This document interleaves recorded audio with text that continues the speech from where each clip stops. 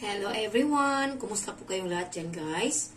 Ayan, nag-isip ako guys kung ano ang aking lulutuin. At ang gagawin ko lang guys, naalala ko pala meron ako mga chicken wings sa freezer. Gagawa lang tayo guys ng sweet and spicy chicken wings. Kaya, ang una kong gawin guys, malinis ito siya guys, ready na ito siya. Lagyan ko siya ng konting vinegar, konti lang. Ayan. Tapos, konting seasoning. Yan.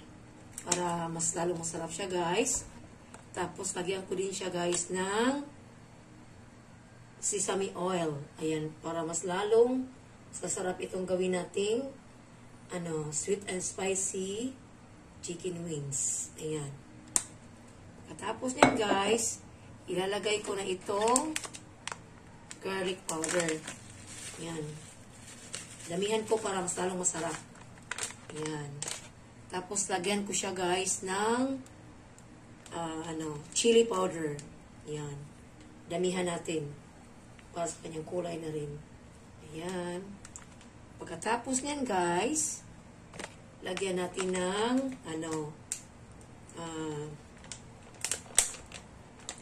ground black pepper powder. Yan. Ganyan lang, guys. Ganyan. Napakasarap ito, guys. Ayan. Yan, guys. Ilagyan ko dito ng, guys, magic sarap. Yan. At ating haluin na ito siya, guys. Yan. Mas maganda nito, guys. I-marinate ito ng isang gabi. Ayan. Yung ating sweet and spicy chicken wings. Napakasarap nito, guys. Yan. Madali naman itong gawin. Ang importante, kumpleto lang kayo sa sangkap. Ayan. Mas maganda, damihan pa natin yung garlic. Ayan. Iubos ko na lang.